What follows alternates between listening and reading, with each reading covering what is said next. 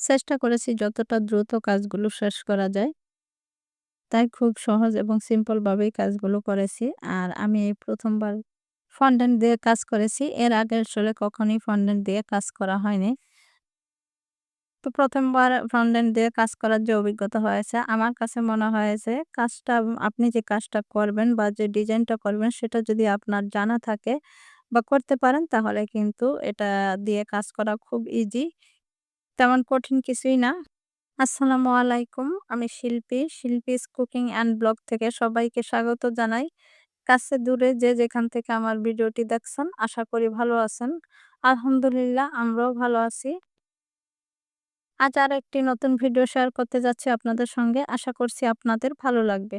আর এই ভিডিওটির কোনো অংশ যদি আপনাদের ভালো লেগে যায় তাহলে প্লিজ ভিডিওটিতে একটি লাইক দিয়ে ভিডিওটি কন্টিনিউ করবেন।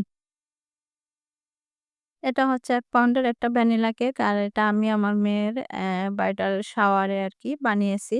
তো ওদের থিম ছিল সাদার মধ্যে কালো। তো আমি চেষ্টা করেছি আসলে সাদার মধ্যে কালো খুব ইজিলি করতে এবং খুব দ্রুত করতে। যেহেতু এর আগের একটা ভিডিও আমার দেখেছেন যে ওর গায়ে হলুদের কেকটা আমি বানিয়েছি। আর গায়ে হলুদের কেকটা ছিল ২.৫ পাউন্ডের একটা রসমালাই কেক। আর এটা হচ্ছে ১ পাউন্ডের একটা ভ্যানিলা কেক। এই ভ্যানিলা কেকের সাথে আমি আরো ৬ টা কাপ কেক বানিয়েছি।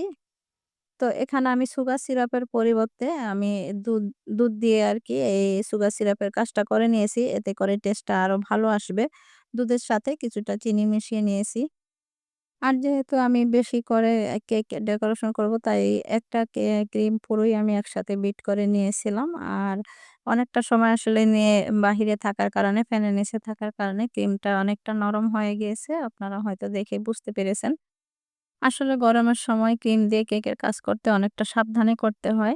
মানে অনেকটা সময় যদি ক্রিমটা আরকি নিচে থাকে, ফ্যানের নিচে থাকে বা গরমের মধ্যে থাকে, ক্রিমটা দেখা যায় অনেক নরম হয়ে যায়। তখন কাজ করতে অনেকটা সমস্যা হয়। যেহেতু বাসার এই ক্রিমের মধ্যে কোনো রকম প্রিজারভেটিভ ইউজ করা হয় না। তো সেজন্য দেখা যায় যে ক্রিমটা অনেকটা সময় যদি বাহিরে থাকে তাহলে ক্রিমটা নরম হয়ে যায়। তো এজন্য আমি কিছুটা ক্রিম নিচে রেখে বাকি ক্রিমটা আরকি ফ্রিজের নরমাল চেম্বারে উঠিয়ে রেখেছি যাতে সবটা ক্রিম একসাথে নরম না হয়ে যায়। কারণ এর মধ্যে এই ক্রিম দিয়ে আমাকে আবার গায়ে হলুদের কেকও ডেকোরেশন করতে হবে। সেই চিন্তাটাও মাথায় ছিল। তো আমি ভ্যানিলা কেকটাকে ক্রাম কোডিং করে রেখে দিয়েছি। আর এখানে যে ৬ টা কাপকেক বানিয়েছিলাম, এই কাপকেকগুলোকে ডেকোরেশন করার জন্য দেখেন আমি ১ম এ একটা জিপলক ব্যাগ কেটে নিয়েছি। আপনারা চাইলে এটা পলিথিনও করতে পারেন, পরিষ্কার পলিথিনে বা যে র‍্যাপিং পেপার এগুলোর মধ্যেও করতে পারেন। এভাবে করলে পাইপিং ব্যাগে এই ক্রিমটা ঢোকাতে সহজ হবে। আর এই তো আমি মাথাটা একটু সিজার দিয়ে কেটে নিলাম। কেটে নিয়ে এখন আমি এটা পাইপিং ব্যাগে ঢুকিয়ে নেব। আর এজন্য যেটা হবে যে আমার পাইপিং ব্যাগটাও ভালো থাকবে। আর এখানে আমি ক্রিমের মধ্যে ৩ রকমের কালার মিশিয়ে নিয়েছি। এতে করে ফুলগুলোর মধ্যে ৩ টা কালার আসবে আর দেখতে সুন্দর লাগবে।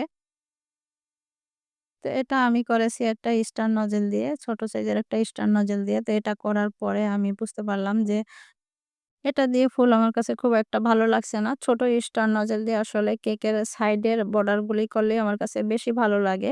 তো এরপর আমি একটা 2F নজেল নিয়েছি। আর 2F নজেল দিয়েই বাকি সবকটা কেকের কাজ করেছি। একটা নজেল দিয়ে কিন্তু অনেক ধরনের কাজ করা যায়। তো এই তো আমি আরেকটা কেক করে নিলাম। আর বাকিগুলো আমি আসলে অফ ক্যামেরায় করে নিয়েছি। এগুলো জাস্ট নজেলটা ঘুরিয়ে পাইপিং ব্যাগটা ঘুরিয়ে আনলেই এরকম ডিজাইন হয়ে যায়। আর এই কাজ আমার চ্যানেলে আরো আছে কেকের মধ্যে। তো এইজন্য আর সেভাবে আসলে শেয়ার করলাম না। যেহেতু আমার আরো ২ টা কেকের কাজ বাকি ছিল তো বুঝতেই পারছেন একটা টেনশন কাজ করতেছিল যে কখন এই কাজগুলো শেষ করব। যেহেতু নিজের মেয়ের বিয়ে তো নিজেকে তো অনেকটা দায়িত্ব পালন করতে হয়। অনেক কাজ থাকে ঘরের এই কেকগুলো বানানো ছাড়াও। তো এজন্য আমার মেয়েরাও আমাকে নিষেধ করেছিল যে, "আম্মু কেকের ঝামেলাটা তুমি এখন মাথায় নিও না।" তারপরেও একরকম বাধ্য হয়ে আমি আসলে কাজগুলো করেছি। যেহেতু আমি নিজেই কেক বানাতে পারি, সবসময় কেক বানাই, সেল করি। তো এখন কেন মানে একরকম জিদ বলতে পারেন যে মেয়ের গায়ে হলুদের কেক বা ব্রাইডাল শাওয়ার এর কেক কিনে আনবো। যেরকমই হোক নিজেই বানাবো। তো এরকম একটা জেদ থেকেই আসলে বানানো। আর অনেকটা বলতে পারেন মনের ইচ্ছা এবং মেয়ের প্রতি ভালোবাসা থেকেও। যে নিজের মেয়ের কাজগুলো নিজেই করব। এটা আমার চ্যানেলের স্মৃতি হয়ে থাকবে। যাই হোক কাপকেক গুলো করে আমি এখন আবার এই কেকটা নামিয়েছি। নামিয়ে এখন হচ্ছে আমি আবার মোটামুটিভাবে কেকটাকে ফিনিশিং দেওয়ার চেষ্টা করছি। তো ডিটেইলস এ আর আসলে ফিনিশিং দেওয়াটাও আপনাদের সঙ্গে শেয়ার করিনি। আর ৩ টা কেকের ডেকোরেশন যদি একসাথে আমি একটা ভিডিওতে শেয়ার করতাম আপনাদের সঙ্গে তাহলে আসলে ভিডিওটা অনেক বেশি বড় হয়ে যেত। তাই আমি গায়ে হলুদের কেকের ভিডিওটা আলাদা আপনাদের সঙ্গে শেয়ার করেছি। প্রতিদিনের মতো আজকেও আমি আমার প্রিয় ভিউয়ার্সদের উদ্দেশ্যে বলছি, আপনি যদি আজই আমার চ্যানেলে নতুন হয়ে থাকেন, তাহলে চ্যানেলটিকে সাবস্ক্রাইব করে আমার পাশেই থেকে যেতে পারেন। আর এই ভিডিওটা যদি ফেসবুক থেকে দেখে থাকেন, তাহলে পেজটি ফলো দিয়ে রাখতে পারেন। আর এই কাজটির কোনো একটিও যদি আপনি করে দিয়ে থাকেন, তাহলে আপনাকে অসংখ্য ধন্যবাদ। তাই তো আমার কেকটা কোনরকম আসলে ফিনিশিং দেওয়া হয়ে গেছে। আর বেশি সময় এটার মধ্যে নষ্ট করতে চাচ্ছি না। আর এই কেকটা কেকের ক্রিমের কাজ করার আগে আমি ফন্ডেন্ট দিয়ে এই লাভগুলো আরকি বানিয়ে রেখেছিলাম।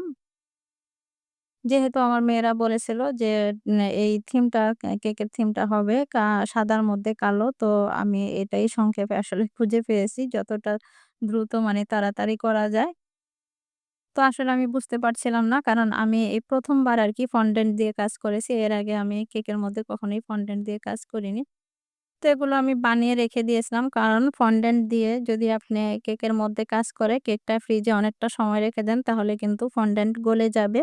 আমি ঠিক আগে মুহূর্তে এগুলো লাগিয়ে দিয়েছিলাম। তো আজকের মতো ভিডিওটা এখানেই শেষ করছি। আল্লাহ হাফেজ। আসসালামু আলাইকুম।